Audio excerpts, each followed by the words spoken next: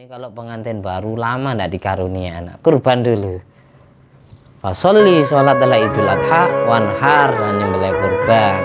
Baru inna syani'aka wal abtar. Orang yang menggosipmu nak punya keturunan, dialah untuk putus nasabmu. Jadi kalau susah nak punya anak, lama nak dikarunia anak, kurban dulu. Karena sejarah kurban sebagaimana dulu yang kita bahas itu awal mula dilakukan oleh Habil putra Nabi Adam. Kalau ingin dapat istri yang solehah, ya kurban dulu. Siapa yang berani bercinta harus berkorban demi cintanya. Akhirnya diabadikan sejarah ini jadi syarat Islam, jadi mas kawin. Kalau nikah harus mas kawin dulu.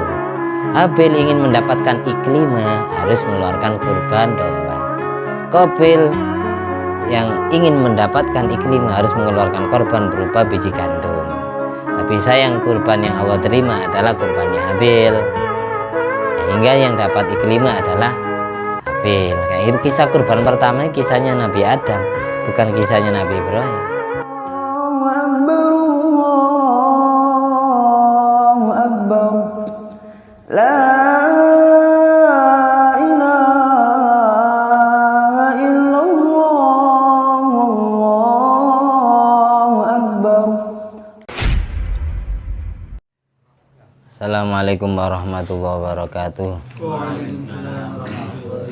Alhamdulillahirabbil alamin alladzi bi ni'mati tatimmus sholihat wa bi dzikri sulhai tatanazzalu rahmat wal barakat.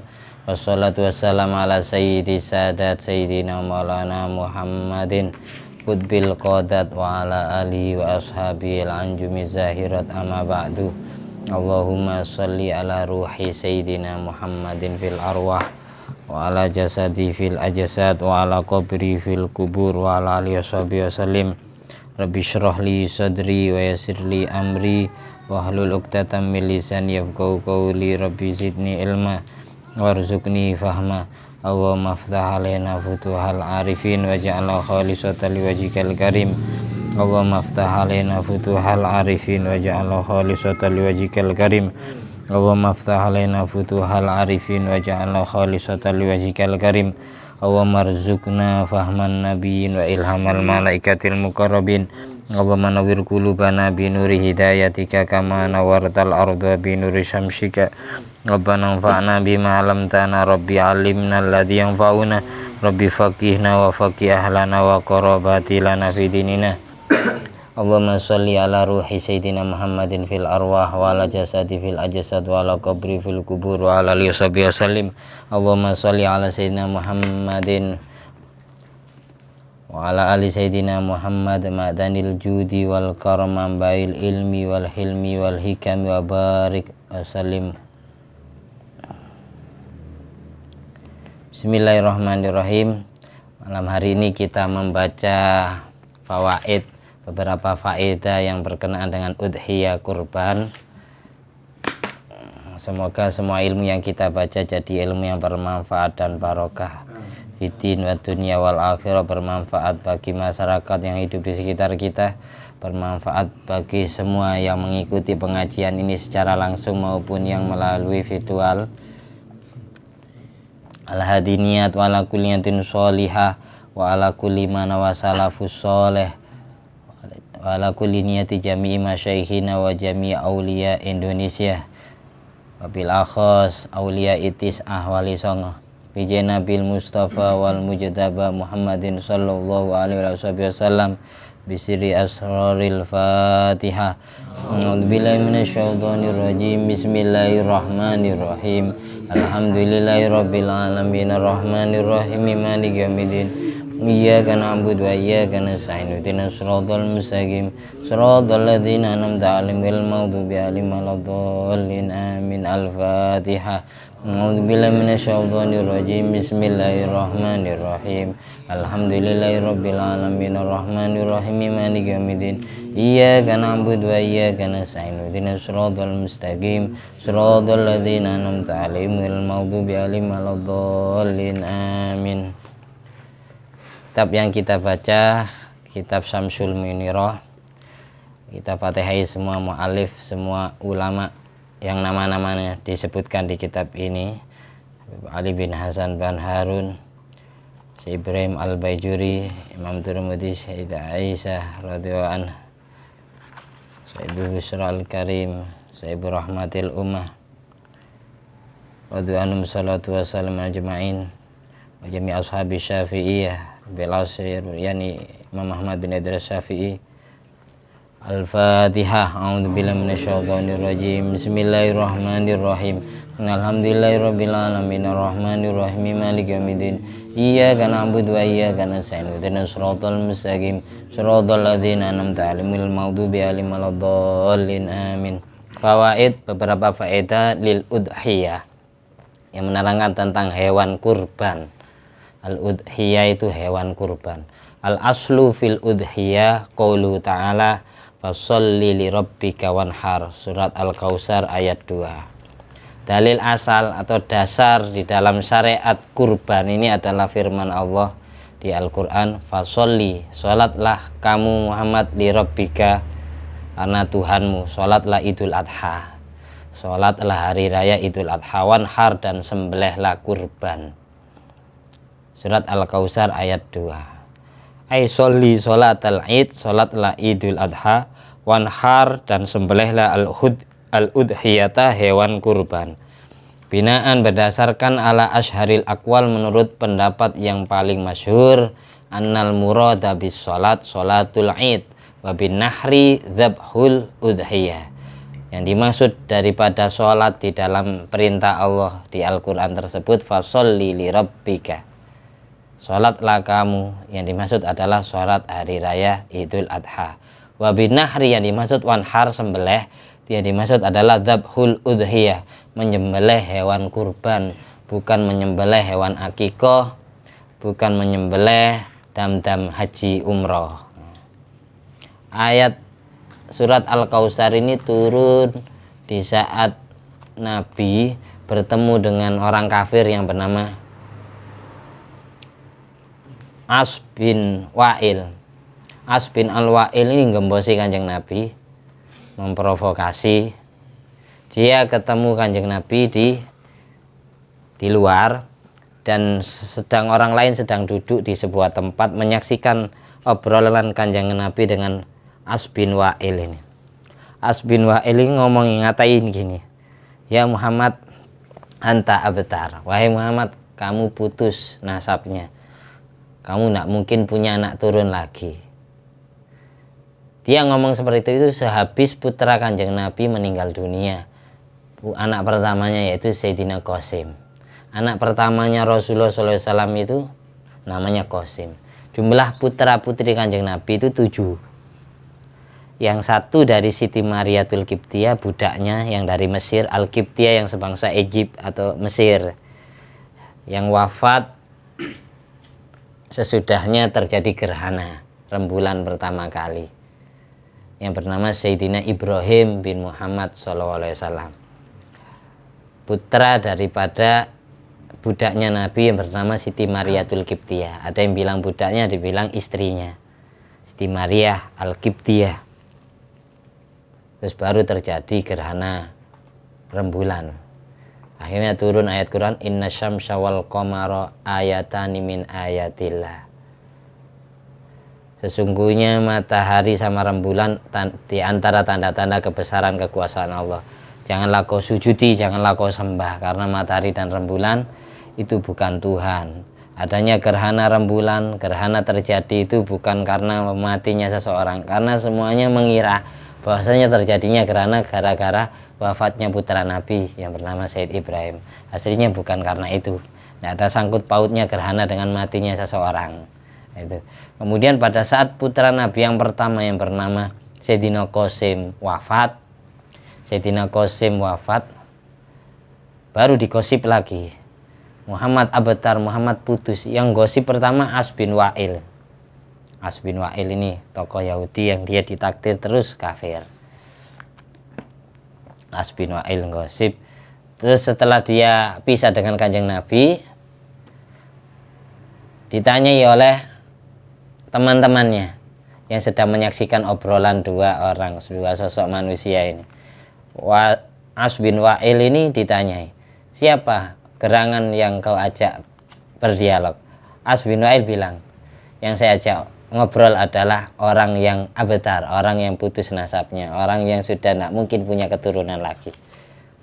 Siapa? Muhammad bin Abdullah. Hanya turun surat Al-Kautsar. Inna a'tayna kal kautsar, sesungguhnya aku telah memberi telaga Kausar. Fasolli, sholatlah idul adha wanhar, dan sembelihlah kurban. Inna syani'aka huwal abtar, sesungguhnya orang yang mencaci makimu, sesungguhnya orang yang menggosipmu, yang mengisukan dirimu tidak akan punya anak, huwa abtar, dialah yang putus nasabnya. Jadi anak cucu Nabi itu sampai akhir zaman ada. Meskipun sekarang lagi keru-kerunya ya, nasabnya para habaib disangsikan, tapi yang jelas anak cucu Nabi itu sampai akhir zaman ada. Karena apa? Imamun al-Mahdi al-Muntadhar itu ada darah Rasulullah SAW. Kullu sababin wa nasabin yang qoti'u yaumal qiyamah illa sababi wa nasabi. Semua sebab, semua nasab itu terputus di hari kiamat, kecuali yang ada kaitannya dengan aku, yang ada sebab dariku dan yang ada hubungan nasab dariku, itu tidak akan terputus sampai akhir zaman. Anak cucu Nabi itu ada.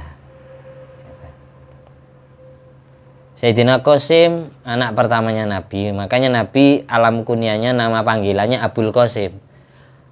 Abul Qasim, bapaknya Qasim. Biasanya orang Madura, orang Jawa ataupun orang Sunda, orang mana saja itu biasanya menisbatkan seorang bapak kepada anak pertama. Kalau anak pertamanya perempuan ya nisbatnya ke anak perempuan. Misal anak pertamanya Fatimah ya Abul Fatimah, bapaknya Fatimah. Contohnya seorang wanita, seorang istri ya, ketika ditanyai oleh tetangganya, sesama ibu-ibunya, mana suaminya? Oh bapaknya Qasim lagi keluar. Nah, misal anak pertamanya namanya Qasim, An-Nadar, itu namanya alam kunyah. Alam kunyah adalah nama panggilan yang nisbat kepada, yang diawali kata-kata ab, bapak, atau yang diawali kata-kata ibnun, anak. Ketika kita sendiri semisal namanya Soleh, bapaknya Soleh, siapa namanya? Samsul. Paling orang-orang ketika Soleh tidak diketahui namanya ya, tetangganya tanya, itu siapa itu? Oh anaknya Samsul, ibnu Samsul. Yang dimaksud adalah Soleh. Itu namanya alam kunyah, nama panggilan. Biasanya diawali kata-kata abun, bapak, atau kata-kata ibnun. Ibnu Abbas, anaknya Abbas. Ibnu Mas'ud, anaknya Mas'ud. Kayak gitu. Atau Abul Qasim, bapaknya Qasim. Abul Abbas, bapaknya Abbas. Berarti anak pertamanya namanya Abbas. Ada di antara marga habaib itu Buftaim. Buftaim itu diambil dari bahasa Abu Futaim. Anak perempuannya namanya Futaim, anak pertamanya. Akhirnya nisbat ke anak pertama perempuan Buftaim, Abu Futaim, bapaknya Futaim. Ada marga habaib di Indonesia itu ada, tapi jarang. Yang marganya Buftaim di daerah Keraksan Probolinggo banyak. Buftaim. Al-Kautsar. Kapan kita minum telaga Kautsar? Kapan kita minum telaga Kautsar? Yang jelas sesudah ditimbang amal kita, sesudah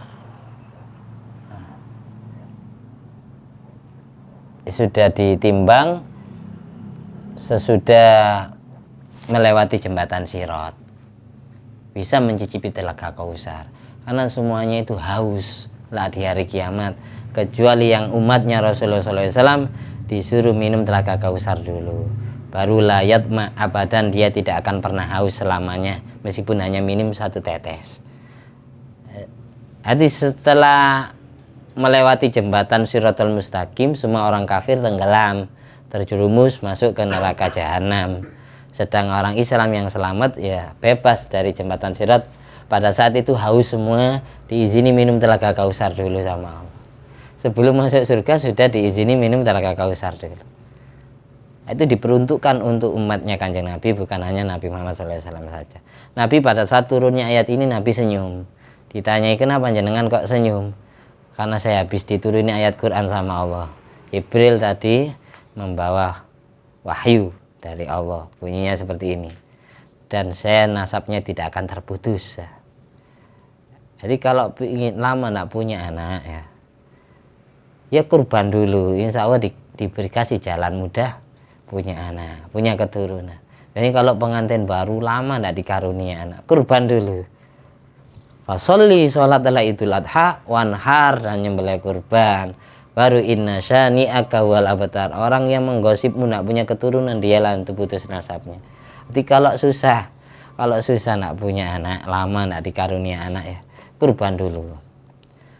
Karena sejarah kurban sebagaimana dulu yang kita bahas itu awal mula dilakukan oleh Habil putra Nabi Adam. Kalau ingin dapat istri yang solihah ya kurban dulu. Siapa yang berani bercinta harus berkorban demi cintanya. Akhirnya diabadikan sejarah ini jadi syariat Islam, jadi mas kawin. Kalau nikah harus mas kawin dulu. Habil ingin mendapatkan iklimah harus mengeluarkan kurban domba. Qabil yang ingin mendapatkan iklimah harus mengeluarkan korban berupa biji gandum. Tapi sayang kurban yang Allah terima adalah kurbannya Habil. Sehingga yang dapat iklimah adalah Habil. Kayak itu kisah kurban pertama, kisahnya Nabi Adam, bukan kisahnya Nabi Ibrahim. Nabi Adam menikah dengan Siti Hawa. Siti Hawa hamil pertama itu langsung bayi kembar laki perempuan. Hamil pertama melahirkan Qabil laki-laki plus dengan kembarannya perempuan Iklimah yang sangat cantik. Kemudian hamil kedua lahir bayi kembar laki namanya Habil laki-laki, yang perempuan namanya Labuda. Sampai bayi paling terakhir putra Nabi Adam, Siti Hawa kan hamil 20 kali.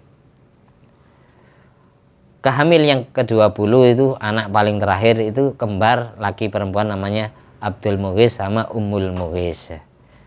Untuk anak-anak yang lain tidak disebutkan.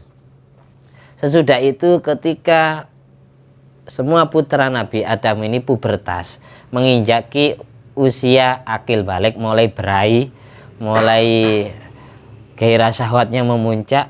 Akhirnya si Qabil pingin nikah dengan kembarannya sendiri, karena manusianya tidak ada lagi. Jadi syariatnya Nabi Adam pada saat itu, saudara kembaran itu dianggap mahramnya sendiri, dianggap darah dagingnya sendiri, jadi haram dinikahi. Jadi kalau ingin nikah di zaman Nabi Adam harus nikah silang, tidak boleh kawin nikah dengan kembarannya sendiri. Meskipun misal anak yang ke 19 nikah dengan anak yang kehamilan pertama tidak masalah, asalkan disilang. Meskipun usianya lebih tua atau lebih muda tidak dipermasalahkan, yang penting disilang. Jangan sampai nikah dengan kembarannya sendiri, karena disitu dianggap mahram syariatnya Nabi Adam, karena manusianya tidak ada lagi. Kalau sekarang jangan dipraktekkan ya, jangan nikah sama adik kamu sendiri, nggak boleh. Ini Nabi Adam boleh nikah syariatnya, tapi harus bukan dengan kembarannya sendiri. Si Qabil tetap tidak terima. Yang jelas Qabil harus nikah dengan kembarannya Habil, namanya Labuda. Sedang Habil nikah dengan kembarannya Qabil, namanya Iklimah. Wajah Iklimah ini jamilah, cantik. Sedang wajahnya Labuda ini damimah, jelek.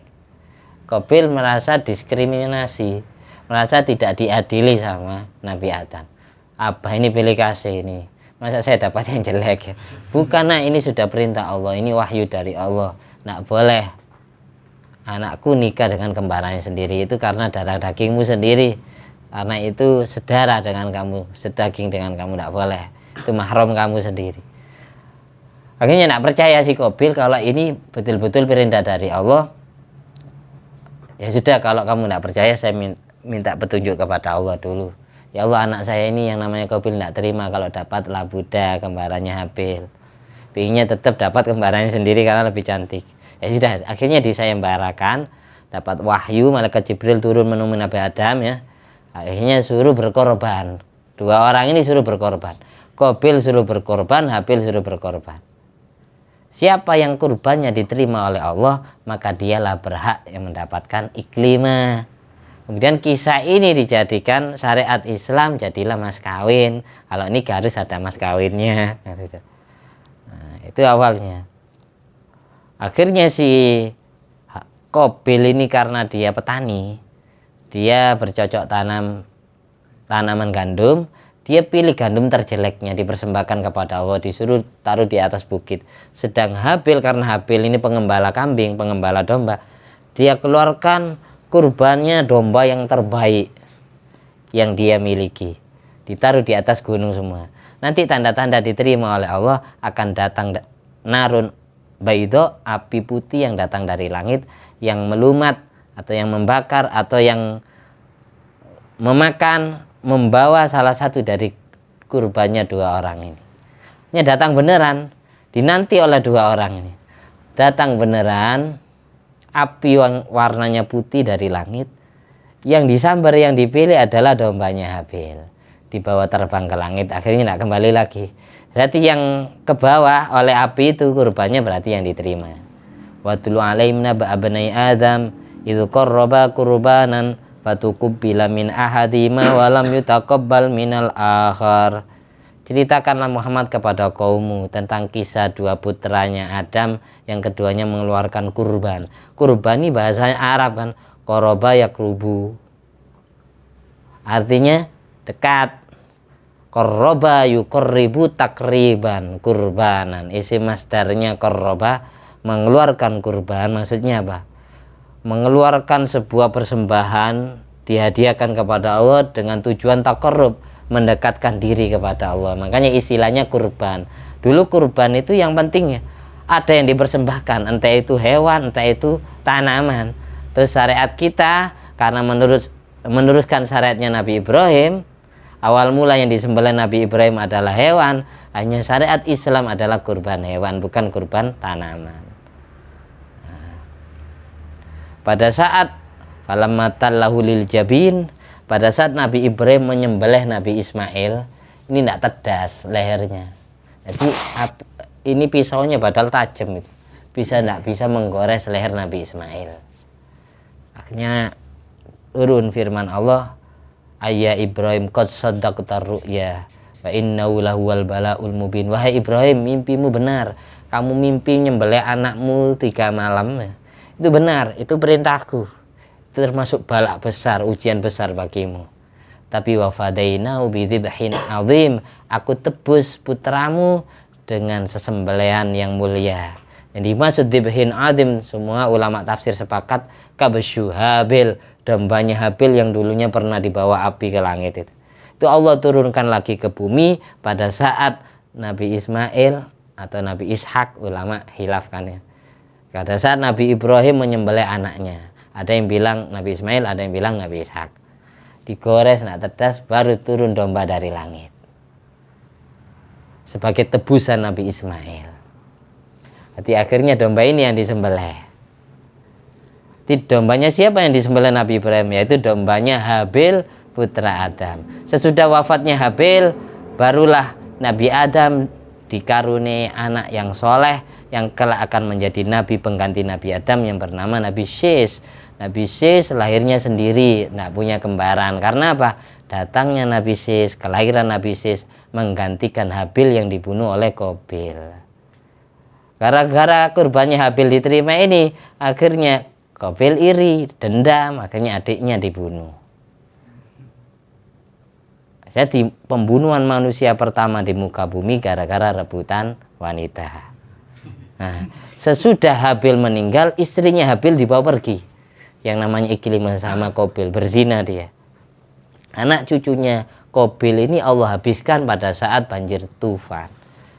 Di era Nabi Nuh alaihissalam. Sudah tidak ada, kita semua manusia di dunia ini tidak ada yang keturunannya Qabil. Karena sudah Allah habiskan pada saat banjir tufan di era Nabi Nuh alaihissalam. Jadi hikmahnya di situ. Kalau sampean susah dapat jodoh ya kurban dulu. Sampean susah punya anak ya kurban dulu. Kalau ingin dikaruni anak yang soleh atau solihah, kurban dulu. Itu akhirnya dikaruni anak soleh yang bernama Nabi Sis. Nabi Ibrahim dikaruni anak soleh, anak yang sabar, Nabi Ismail atau Nabi Ishak. Gara-gara mengeluarkan kurban. Jadi hikmahnya kurban di situ. aslinya. Kita lanjut kisah kurbannya. Wa khabaru Turmudi, dasarnya kurban berikutnya. Oh iya, cerita putranya Nabi belum selesai. Qasim anak pertama, terus anak kedua Zainab, anak ketiga Ruqayyah, anak keempat ini Ummi Kulsum ya. Dua orang ini istrinya Sayyidina Utsman bin Affan. Wafatnya Ruqayyah, kemudian Sayyidina Utsman nikah dengan adiknya Ummi Kulsum. Terus anak kelima ini laki-laki namanya Abdullah yang dijuluki Thayyib Thahir, suci dan baik. Thayyib Thahir, Abdullah Thayyib Thahir.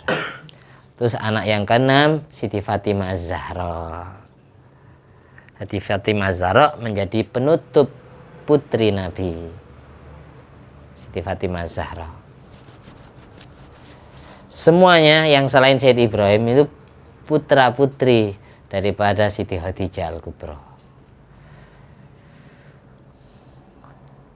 Ada hadis Imam Turmudi diriwayatkan dari Siti Aisyah bahwasanya Nabi Muhammad SAW bersabda, ma'amila banu Adam yauman nahri min amalin ahabba ilallahi ta'ala min iraqatid dam. Ma'amila banu Adam yauman nahri min amalin ahabba ilallahi ta'ala min iraqatid dam. Tidak ada satupun amal perbuatan, tidak ada satupun amal ibadah yang dilakukan oleh anak cucu Nabi Adam, yang dilakukan oleh manusia di hari nahar, di hari tanggal 10 Dzulhijjah, daripada amal ibadah mengalirkan darah. Amal ibadah yang paling menyenangkan Allah, yang paling membahagiakan Allah, yang dilakukan oleh manusia di Yaumun Nahar, hari nyembelih kurban, hari tanggal 10 Dzulhijjah, adalah mengalirkan darah, adalah berkurban. Jadi amal ibadah yang paling besar pahalanya yang dilakukan di tanggal 10 Dzulhijjah itu adalah menyembelih kurban. Menyembelih kurban. Ini hadis sahih riwayat Imam Turmudi, riwayat Siti Aisyah. Ada yang lafadznya min ihraqidam, ada yang lafadznya min iraqatidam. Ada hadis lagi riwayat sahabat Anas bin Malik qala dohan Nabi sallallahu alaihi wasallam sambil merokok, tidak apa-apa biar nak ngantuk. Rokokan biar nak ngantuk. Ini sebentar aja ngaji. Sudah doyong. Dohan Nabi sallallahu alaihi wasallam bikabsyaini amlahaini akronaini dzabahahuma biyadil karima wa samma wa kabbara wa wada'a rijlahul mubaraka ala sufahihima. Ada hadis riwayat sahabat Anas bin Malik bahwa Nabi menyembelih kurban. Nabi itu pernah menyembelih kurban bikabsyaini amlahaini akronaini, dua domba yang putih warna bulunya, yang bertanduk, yang tanduknya gagah gitu. Nabi sembelih dengan pakai tangannya beliau sendiri. Ketika beliau menyembelih wasamma, baca bismillah, bismillahirrahmanirrahim, wa kabbaro, dan baca Allahu Akbar. Nabi kalau nyembelih kurban itu baca bismillahirrahmanirrahim, Allahu Akbar sambil takbiran. Wa wada'a rijlahul mubarakah, sedang kakinya Rasulullah yang Allah berkahi diinjakkan atau diletakkan ala sufahihima, di atas punuknya domba tersebut, di atas tengkuk punuk sini ya, diinjakkan. Jadi nyembelih kurban itu ini baca bismillah Allahu Akbar, hati kakinya yang nyembelih itu ditendangkan, jangan ditendang, ditaruh di punuk.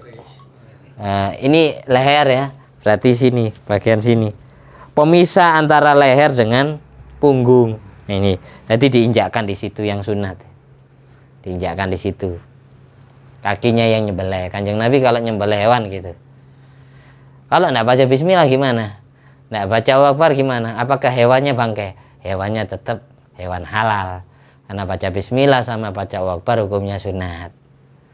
Kalau pingin hewan itu enak, dagingnya barokah, dagingnya ya baca bismillah sama baca takbir. Terus usahakan ya, wah sini tibha, sembelihannya berbagus cara nyembelihnya. Wal yurih dzabihatahu, pisaunya yang tajam, terus dinikmatkan, dienakkan. Maksudnya gini, yang sunnah Rasul itu, jadi ketika nafasnya hewan itu keluar baru disereng, itu dagingnya biasanya melembung, dagingnya itu berkembang biak, jadi banyak gitu loh, barokah. Biasanya gitu, empuk dagingnya, dimasak enak, dimakan enak. Itu kalau pingin Jadi kalau nafasnya belum keluar jangan disereng. Jadi ketika nafasnya keluar, bernafas gini, hewan itu bernafas langsung sereng, wis dagingnya enak, empuk itu. Wal yurih dzabihatahu.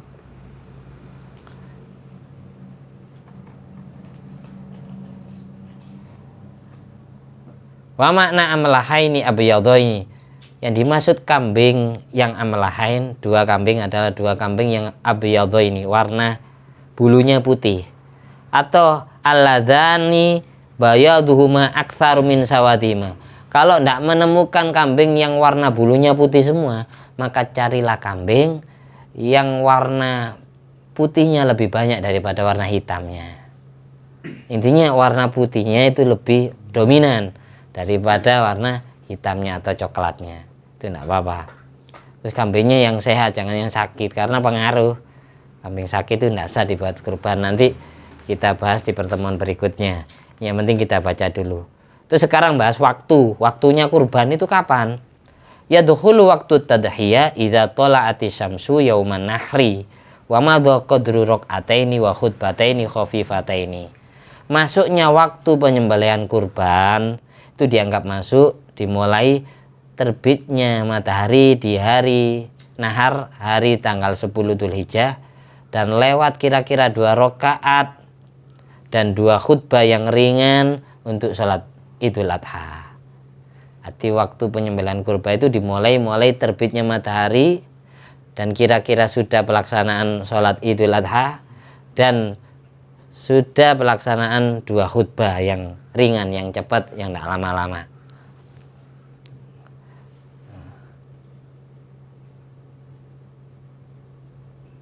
Wa yastamiru waktu dzabhi ila ghurubi syamsi min akhiri ayyami tasyrik. Kapan waktu terakhir nyembelih kurban?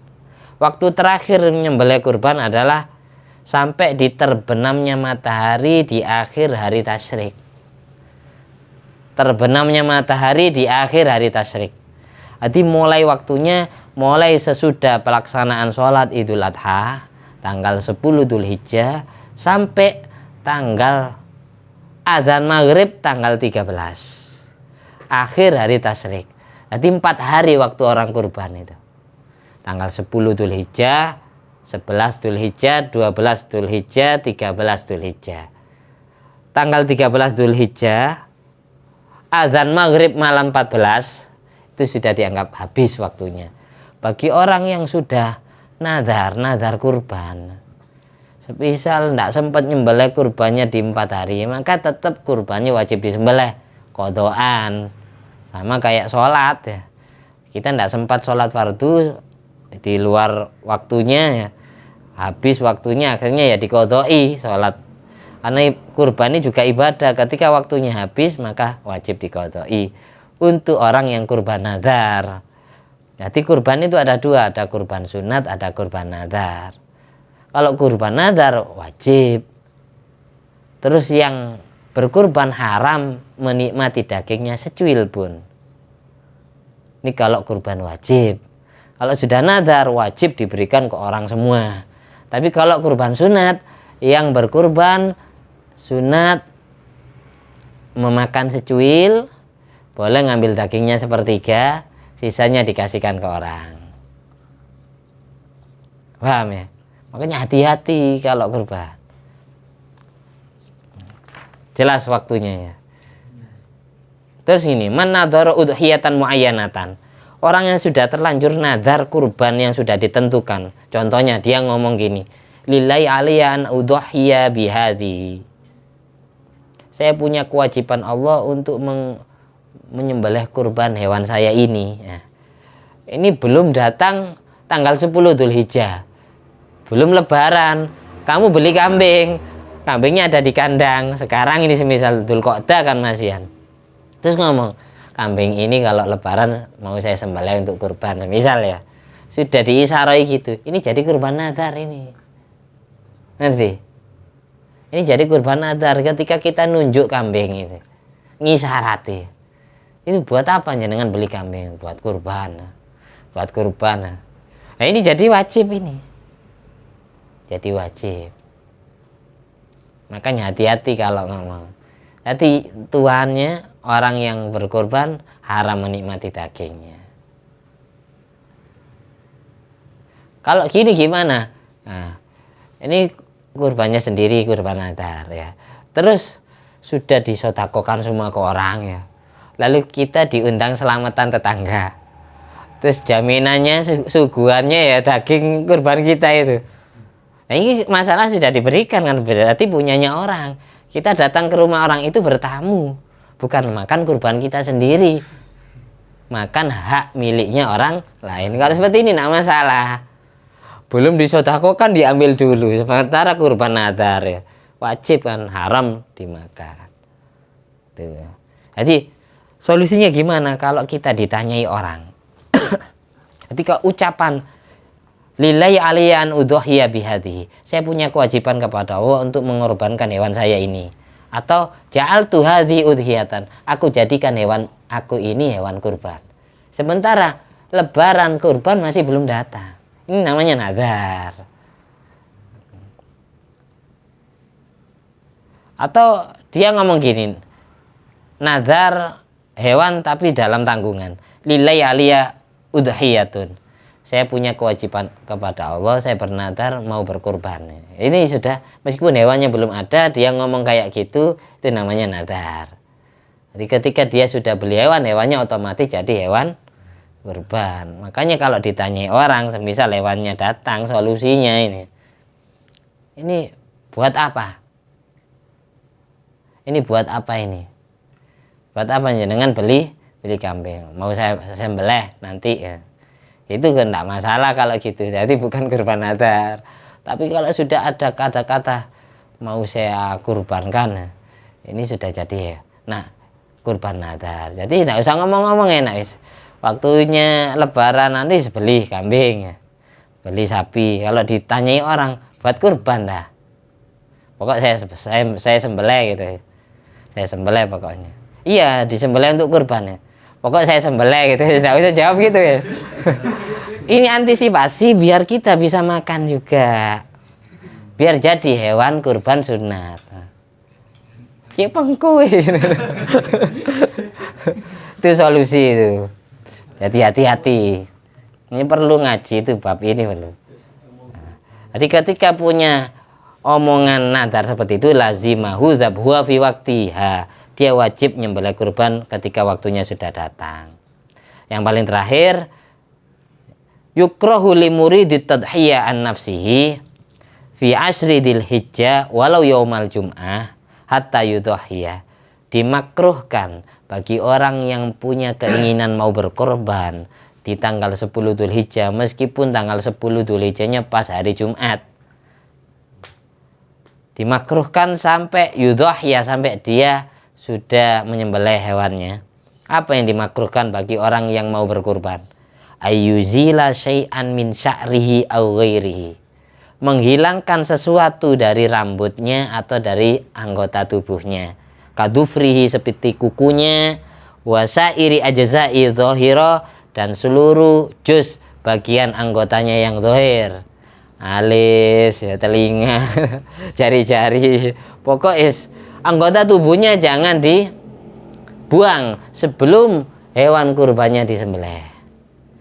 Dimakruhkan bagi orang yang hendak berkurban, makruh menghilangkan secuil dari anggota tubuhnya yang zahir, rambut, kumis, jenggot, kuku, kelamin termasuk tangan, jari-jari, telinga jangan. Iladam, kecuali darah yang netes sendiri, ala khilafin fi, menurut khilaf ulama. Wakilah, ada yang berpendapat yahrumu dzalik, hukumnya bukan makruh saja, ada yang berpendapat haram, Haram bagi orang yang hendak berkurban menghilangkan kukunya, rambutnya, kumisnya, dan lain sebagainya sebelum hewan kurbannya disembelih. Jadi tanggal 10 Dzulhijjah ya, bagi orang yang hendak berkurban mulai adzan maghrib sampai pelaksanaan kurban jangan potong kuku, jangan potong rambut, jangan potong kumis. Meskipun lebarannya pas hari Jumat. Sedang hari Jumat kan disunatkan potong-potong tersebut. Nah, potong kuku, potong rambut. Meskipun lebarannya pas hari Jumat. Khusus bagi orang yang hendak berkurban makruh. Bagi yang tidak punya keinginan berkurban ya tidak apa-apa, malah sunat ya. Mau melakukan sholat Idul Adha potong kuku dulu, potong rambut dulu, merapikan rambut, sunat malah hukumnya. Tapi bagi orang yang mau berkurban makruh menghilangkan bagian dari anggota tubuhnya sebelum hewan kurbannya disembelih. Jelas sih, khusus ini kesunatan khusus bagi orang yang hendak berkurban. Ada yang berpendapat makruh, ada yang berpendapat haram. Kalau haram dosa berarti. Kapan dihukumi haram? Malam yahtaj ilai. Jikalau hal itu pemotongan kuku, pemotongan rambut tidak dibutuhkan. Wa alaihi Ahmad, ini madhab Hambali, madhabnya Imam Ahmad. Fa ini saja kalau memang dibutuhkan memotong anggota tubuhnya itu. Fakot yajibu, maka hukumnya wajib. Kakot iya disarikin wakhitani balihin. Misal kan hukum pencuri itu adalah dipotong tangannya ketika mencurinya sampai 1 nisab. 1 nisab pencurian ya uang 250 nyampe ya. 250.000. Kan kewajiban syariat dia wajib dipotong tangannya bagi yang nyuri. Nah, seperti ini semisal oleh hakim dihukum kayak gitu, kan ini negara Islam. Kalau Indonesia kan bukan negara Islam. Milik semuanya. Misal kayak zaman kerajaan dulu Demak Bintoro kan kerajaan Islam. Ini yang berlaku hukum Islam. Dipotong kukunya. Meskipun bagi orang yang berkorban tetap tangannya dipotong. Atau ada anak kecil sudah balik, sementara dia belum berhitan, belum sunat. Hitan hukumnya wajib. Semisal si anak yang mau hitan ini mau berkurban, tetap wajib memotong kuncup zakarnya, tetap wajib hitan meskipun dia ada keinginan berkurban. Ini memang dibutuhkan berarti. Jadi hukumnya haram atau makruh memotong anggota tubuhnya kecuali hal itu memang dibutuhkan secara syariat. Contohnya dia sudah balik masih belum sunat, maka wajib dipotong meskipun di hari tanggal 10 Dzulhijjah, di hari dimana dia mau berkurban. Waqat yusanu, terkadang hukum memotong anggota hukumnya sunat, kahitani sobiyin, seperti menghitang bocah masih belum balik, itu hukumnya sunat. Waktu pelaksanaannya sunat. Waqat yubahu, contoh memotong anggota yang diperbolehkan kakot isinin wajiatin, seperti mencabut gigi yang sakit. Ini hukumnya mubah, ya tidak sunat, tidak anu ya. Hukumnya mubah, tidak masalah meskipun bagi orang yang berkurban. Walau ta'addadat dhahiyatu, kalau kurban dia banyak lebih dari 1, intafat al-karoha bil ula, maka hukum kemakruhan memotong sebagian dari anggota tubuhnya sudah dianggap habis dengan kurban pertama. Ketika dia kurban 2 ekor kambing atau 3 ekor kambing, dia sudah tirakat dari maghrib, adzan maghrib Idul Adha sampai penyembelihan kurban pertama, dia masih belum potong kuku, belum potong rambut. Sehabis menyembelih kurban pertama, maka kemakruhan atau keharaman potong kuku, potong rambutnya sudah dianggap gugur, dianggap habis dengan menyembelih hewan pertama. Sesudah itu mau potong kuku tidak masalah, potong rambut tidak masalah. Ngerti? Meskipun dia kurbannya ada 3 ekor hewan, dengan disembelihnya hewan pertama sudah habis kemakruhannya. Ngerti? Boleh. Wa hikmatu dzalika, ini rahasia di balik itu semua. Terakhir, sumulul maghfirah wal itqi minan nar li jami'ihi. Busrul Kalim halaman 643. Mengapa bagi orang yang punya keinginan berkurban makruh atau haram potong kuku, haram potong rambut sebelum hewan kurbannya disembelih? Mengapa? Ini hikmahnya, filosofinya. ketika anggota tubuh itu tidak ada yang tercuil, tidak ada yang terpotong sama sekali, maka syumulul maghfirah, ampunan Allah merata untuk seluruh tubuhnya. Wal itqi minan nar, dan seluruh tubuhnya selamat dari api neraka. Ini hikmahnya. Ini hal yang sepele tapi luar biasa ini. Bagi orang yang berkurban, intinya dia khasiatnya adalah mendapatkan ampunan Allah secara totalitas dan diselamatkan anggota tubuhnya mulai ujung rambut sampai kaki selamat dari tersentuh api neraka. Fadilah keutamaan daripada berkorban, semoga bermanfaat. Amin. Al-Fatihah. Bismillahirrahmanirrahim. Alhamdulillahirabbil alamin. Ar-Rahmanir-Rahim. Maliki yaumiddin. Iyyaka na'budu wa iyyaka nasta'in. Ihdinas siratal mustaqim. Shiratal ladzina an'amta 'alaihim ghairil maghdubi 'alaihim waladdallin. Amin. Doa paling terakhir, kita berharap semoga kita semua selalu diberi rizki dengan mudah oleh Allah untuk bisa berkurban setiap tahunnya. Amin. Al-Fatihah. Bismillahirrahmanirrahim. Alhamdulillahirabbil alamin. Ar-Rahmanir-Rahim. Maliki yaumiddin. Iyyaka na'budu wa iyyaka nasta'in. Ihdinas siratal mustaqim. Shiratal ladzina an'amta 'alaihim ghairil maghdubi 'alaihim waladdallin. Amin. Alhamdulillah alladzi at'amani hadzal ilma wa razaqani min ghairi haulin minni wala quwwatin. Allahumma shalli ala sayyidina Muhammad wa ala ali sayyidina Muhammad bi fadli subhana rabbika rabbil izzati amma yasifun wa salamun alal mursalin walhamdulillahi rabbil alamin. Wassalamualaikum warahmatullahi wabarakatuh.